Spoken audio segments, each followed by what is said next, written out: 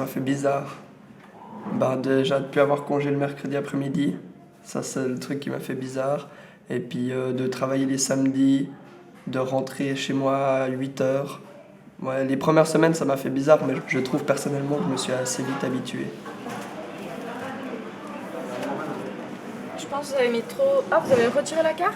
J'ai tiré maintenant parce que ça ne marchait plus. Ah, ok. Je vous laisse remettre la carte. Il fait plus froid avant. Ah oui, hein. Oui, oui, hein. Oui, oui. On arrive vers l'hiver.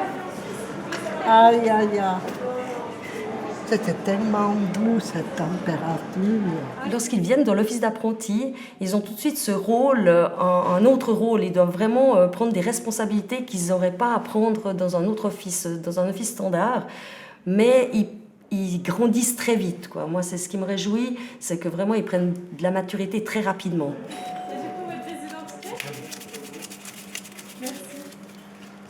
C'est vrai que c'est assez cool parce que du coup, on se sent un petit peu plus que ce rôle d'apprenti parce qu'on a toujours cette étiquette de l'apprenti qui est jeune et qui n'a pas forcément des fois la place qu'il devrait avoir parce qu'il est apprenti, il ne sait pas tout.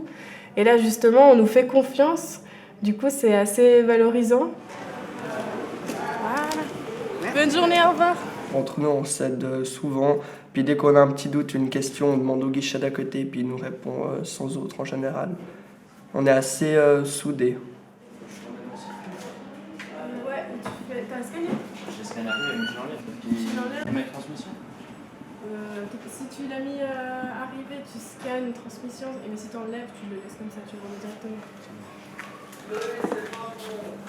Ça, on peut imprimer puis mettre sur le tableau d'affichage. Comme ça, on a le nom de l'électricien qui va venir. On va être à disposition vraiment tout au long de la journée. À n'importe quel moment, ils peuvent nous interrompre dans notre travail parce qu'on a également des tâches qui ne sont pas forcément de la formation, mais on a des tas de mandats en tant que responsable. Parce qu'on a quand même un rôle de responsable. Donc, on a un rôle de responsable, mais d'un autre côté, on doit former. Et à n'importe quel moment, ils peuvent nous interrompre.